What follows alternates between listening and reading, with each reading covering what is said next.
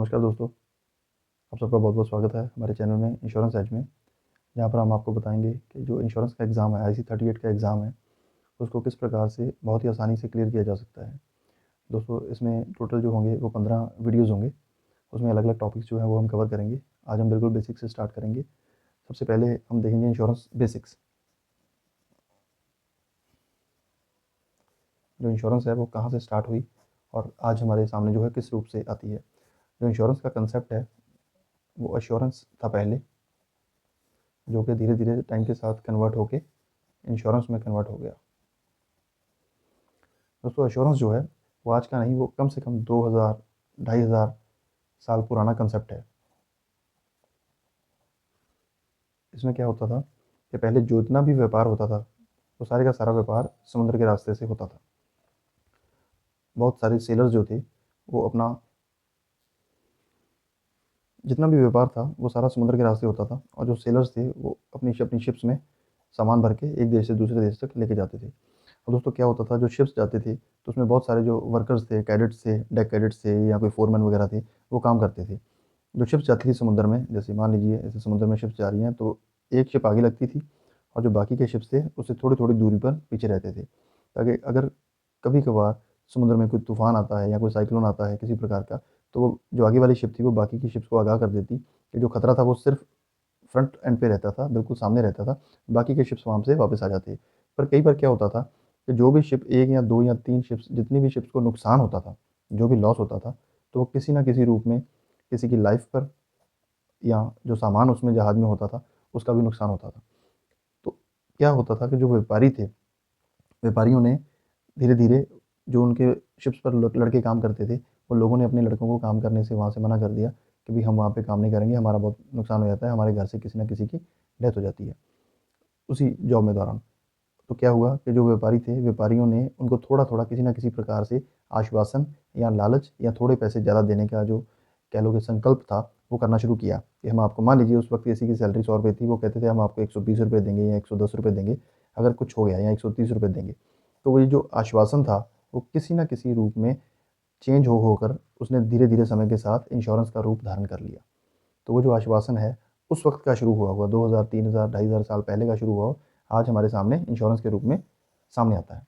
दोस्तों, इसमें क्या है कि जिस जहाज में था, जो तो डेक कैडेट था, मान लीजिए जो लड़का सिर्फ सफाई का काम या चप्पू चलाने का काम करता था, तो उसको जो लॉस हुआ उसके घर वालों को उसके जाने का, तो वो किस रूप से पे करने की कोशिश करते थे कि हम आपके एक लड़के को नौकरी दे देंगे, दूसरे लड़के को, बच्चे को नौकरी दे देंगे, या कुछ पैसे आपको दे देंगे। इस प्रकार से उस नुकसान को भरने की कोशिश करते थे। दूसरा, अब उसी जहाज़ पर कोई ना कोई फोरमैन भी रहा होगा, उसी जहाज़ पर कोई ना कोई कैप्टन भी रहा होगा। अब जो कैप्टन है उसकी सैलरी मान मान लो 500 रुपया थी, फोरमैन की 300 रुपया थी और डेक कैडेट की 100 रुपया थी। अब जो उसके घर में किसी और को जब नौकरी देनी है, तो वो डेफ़िनेटली जो ये उसको अमाउंट पहले मिलती थी, इस अमाउंट से थोड़ी-सी अमाउंट ज़्यादा का लालच उनको देना पड़ेगा या पड़ता था, तभी उनके पास सफिशिएंट मात्रा में जो मज़दूर थे या फ़ोरमैन थे या कैडेट थे, वो पहुँच पाते थे, ठीक है? तो धीरे-धीरे करके जो आश्वासन था, आश्वासन तब्दील हुआ इंश्योरेंस में, ठीक है? तो दोस्तों, ये स्टार्ट इतना पुराना हो चुका हुआ है कंसेप्ट, जो आज की डेट में हमारे पास इंश्योरेंस के रूप में देखा जाता है। और इंश्योरेंस बहुत प्रकार की है। हम धीरे-धीरे जो बाकी के वीडियोज़ आएँगे, उसमें आपको इंश्योरेंस कितने प्रकार की है या कैसे ली जाती है या इसका क्या-क्या फ़ायदे हैं इसके हमारे जीवन में, तो वो हम सब डिस्कस करेंगे, ठीक है? अब दोस्तों, जैसे ये कंसेप्ट चेंज हुआ तो समय के साथ बदलाव हुआ। आप सभी जानते हैं 1700 1800 जो ईयर्स थे, जो ये वाली शताब्दी चल रही थी, तब जो इंडस्ट्रियल रेवोल्यूशन था, वो पूरे चरम सीमा पर था, वो बहुत ज़ोरों से चल रहा था। अब मैं सिर्फ आपको एक एग्ज़ाम्पल देके इंश्योरेंस को थोड़ा-सा और ब्रीफ़ करने की कोशिश करूँगा। एक फैक्ट्री थी, आप यूरोप में या अमेरिका में कहीं भी एक फैक्ट्री मान सकते हैं। वो जो फैक्ट्री थी उसमें दोस्तों 1000 मज़दूर जो थे वो काम करते थे, और जितने भी मज़दूर थे वो सारे के सारे 5 किलोमीटर या 7 किलोमीटर या 10 किलोमीटर के दायरे से अपने-अपने साइकिल पर डेली फैक्ट्री में आते थे। अब उस समय क्या होता था कि जो एक व्यक्ति था फैमिली का, वो मुखिया होता था, वो कमाने वाला होता था, मेन मेंबर जिसको बोल सकते हैं हम, फैमिली मेंबर, वो कमाने वाला था, और उसके पीछे 5, 6 या 8 या 10 लोगों का जो परिवार था, उसकी जो फैमिली थी, वो सिर्फ़ उसी की नौकरी के ऊपर पलती थी। ठीक है दोस्तों? अब एक बार क्या हुआ, एक व्यक्ति था जो उस 1000 में से, उस एक व्यक्ति का साइकिल जो है, वो चोरी हो गया। साइकिल चोरी हो गया, वो बेचारा परेशान हो गया, मेरा साइकिल चोरी हो गया।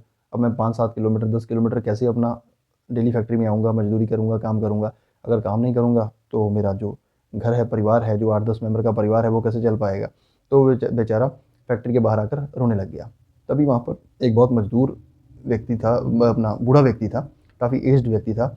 उसने सबके साथ बैठकर सलाह करी, कह रहा क्यों ना हम इस बंदे की मदद करें जो कि बहुत ही परेशान है, जिसका साइकिल चोरी हो गया था। सभी ने उसकी बात में हामी भरी कि हाँ ठीक है, हमें उसकी मदद करनी चाहिए। तो क्या हुआ कि बाकी के जो 999 व्यक्ति थे, उन्होंने क्या किया, जैसे वोटिंग में एक कंपार्टमेंट बना लेते हैं ना, ऐसे उन्होंने एक टेबल, एक मेज़ के ऊपर एक कंपार्टमेंट बना लिया और उसमें एक गुल्लक रख दी और उस गुल्लक में कोई अपनी मर्ज़ी से जितने चाहे आकर एक-एक करके पैसे डाल दे। अब किसी की तनख्वाह जो थी वो ₹5 थी, किसी की ₹10 थी, किसी की ₹2 थी। सबने अपनी-अपनी हैसियत के हिसाब से, हैसियत बोल दो या उसको बोल दो कि अपनी-अपनी कैपेसिटी के हिसाब से सबने उसमें जो पैसा था, वो डालना शुरू कर दिया। किसी ने 50 पैसे डाले, किसी ने ₹1 डाला, किसी ने ₹2 डाले, किसी ने ₹5 डाले, कोई फोरमैन था उसने पैसे ज़्यादा डाल दिए, कोई मैनेजर था उसने पैसे ज़्यादा डाल दिए। जिस प्रकार से हमने पीछे देखा था ना कि कैप्टन की तनख्वाह ज़्यादा है, फोरमैन की उससे कम है, कैडेट की उससे कम है, सेम इसी प्रकार फैक्ट्री में भी अलग-अलग प्रकार के वर्कर होते हैं। तो सभी वर्कर्स ने अपनी-अपनी तरफ से अपनी-अपनी जितनी-जितनी उनकी पॉकेट अलाउ करती थी, जितनी-जितनी उनकी कैपेसिटी थी, उस हिसाब से उन्होंने मदद करनी शुरू कर दी। दोस्तों जब शाम को फैक्ट्री के बंद होने का समय हुआ, तब उन्होंने देखा, जब गोलक खोली, तो उस जो गोलक थी, वो जो पिगी बैंक था, उसमें से बिल्कुल उतने पैसे निकल आए, उतनी सेविंग्स जो थी उन सब की निकल आई, जितनी कि एक साइकिल को खरीदने के लिए चाहिए थी। तो क्या किया, सभी व्यक्तियों ने मिलकर उस बंदे को एक साइकिल जो है वो नई साइकिल दिलवा दी। और वो जो व्यक्ति जिसका कि साइकिल चोरी हो गया था सुबह, वो व्यक्ति बहुत ही खुश था कि अब मेरे परिवार पर कोई आँच नहीं आएगी, मैं अपनी फैक्ट्री डेली आ सकूँगा, मैं अपना जो काम है वो कर सकूँगा, ठीक है। तो दोस्तों ये एक संदर्भ हमने आपसे डिस्कस करा। अब इसका एक और पॉइंट कि भी उसी सेम फैक्ट्री में 15-20 दिन बीते, महीना बीता, तो एक व्यक्ति का साइकिल और चोरी हो गया। चोरी हो गया, गुम हो गया, हम कुछ भी कह सकते हैं। तो क्या हुआ कि वो भी फैक्ट्री में आकर रोने लग गया। अब सभी व्यक्ति फिर एकत्रित हुए। सभी ने कहा कि जो एक व्यक्ति का साइकिल जो चोरी हुआ है, अब जैसे हमने पिछले महीने एक व्यक्ति की मदद करी थी, सेम इसी महीने किसी और व्यक्ति का साइकिल अगर चोरी हो गया तो हमें उसकी भी मदद करनी चाहिए। तो उस दिन कोई त्योहार का दिन था, तो कुछ वर्कर उस दिन छुट्टी पर थे, हाफ डे की छुट्टी पर थे कि चलो फैमिली के साथ थोड़ा समय व्यतीत कर लें। कुछ बंदे नहीं आए थे, उन्होंने दोपहर को आना था 2 बजे। तो उन्होंने कहा चलो कोई बात नहीं, वो जो दोपहर को आ जाएँगे, वो दोपहर को आकर अपना दान पुण्य कर लेंगे, जितनी आवश्यकता है। सेम उसी प्रकार से उन्होंने एक कंपार्टमेंट बनाया, उसमें गोलक रख दी और गोलक में धीरे-धीरे करके सबने पैसे डालना शुरू कर दिया। दोस्तों 2 बज गए, जो वर्कर छुट्टी पर गए थे, हाफ डे पर गए हुए थे, वो भी आ गए। उन्होंने भी अपनी-अपनी जो पैसे थे वो डालने शुरू कर दिए। किसी ने 50 पैसे डाले, किसी ने ₹5, किसी ने ₹2। सबने अपनी-अपनी कैपेसिटी, जैसे मैंने पहले वर्ड यूज़ किया, कैपेसिटी के हिसाब से पैसा डालना शुरू कर दिया। अब क्या हुआ, जब 2 बजे जो बाकी वर्कर छुट्टी पर थे वो आए, तो उनमें से एक वर्कर ने देखा कि आज फिर साइकिल चोरी हुआ किसी का, कुछ गड़बड़ लग रही है। तो उसने जाके सबसे पूछा, हाँ भाई क्या बात हो गई? क्यों सभी इकट्ठा हुए हो? तो सभी ने बताया कि यार आज भी उस व्यक्ति के एक का साइकिल चोरी हो गया है, तो ऐसे-ऐसे करके हम सभी उसकी मदद कर रहे हैं, जैसे हमने पिछले महीने उस बंदे की मदद करी थी। तो वो कह रहा है किसका साइकिल चोरी हुआ? तो उन्होंने उसका नाम लिया कि भाई इस बंदे का साइकिल चोरी हुआ। तो वो फट से बोल पड़ा, अरे यार मैंने तो कल शाम को इसको कहीं दूर 10 किलोमीटर किसी गाँव का नाम लिया उसने, कि मैंने वहाँ इसको अपना जो साइकिल था वो बेचते हुए देखा है। वो अपना साइकिल जो है वहाँ पर बेच रहा था। तो सभी हैरान रह गए कि ये क्या हुआ?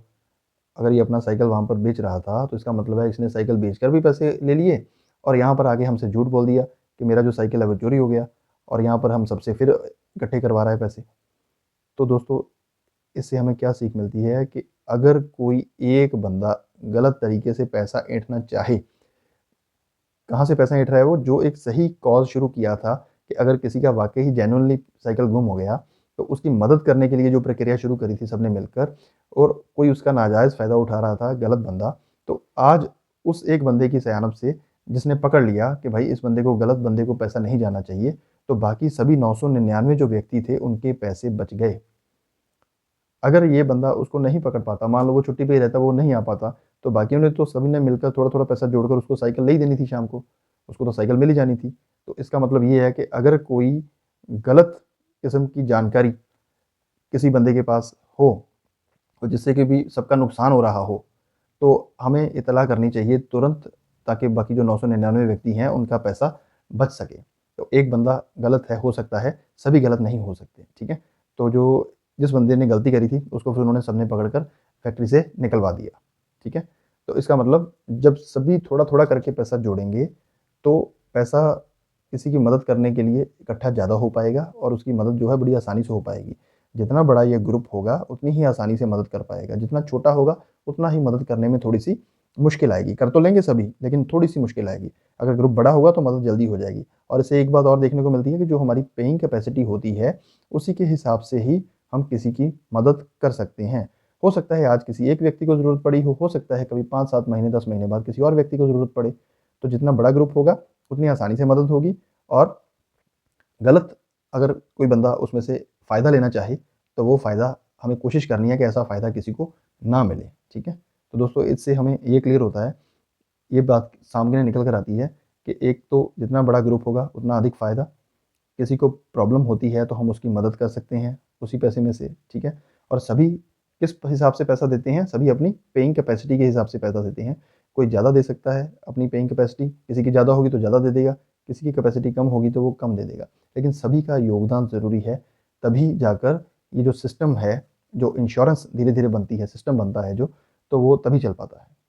ठीक है दोस्तों, आई होप जो बेसिक इंश्योरेंस का कंसेप्ट है, हम आपको समझाने में कामयाब रहे हैं। तो इसी प्रकार से हम आपको जो अगला वीडियो है उसमें एक नया टॉपिक लेकर मिलेंगे। तो दोस्तों आज के लिए इतना ही। आप सबका बहुत-बहुत धन्यवाद।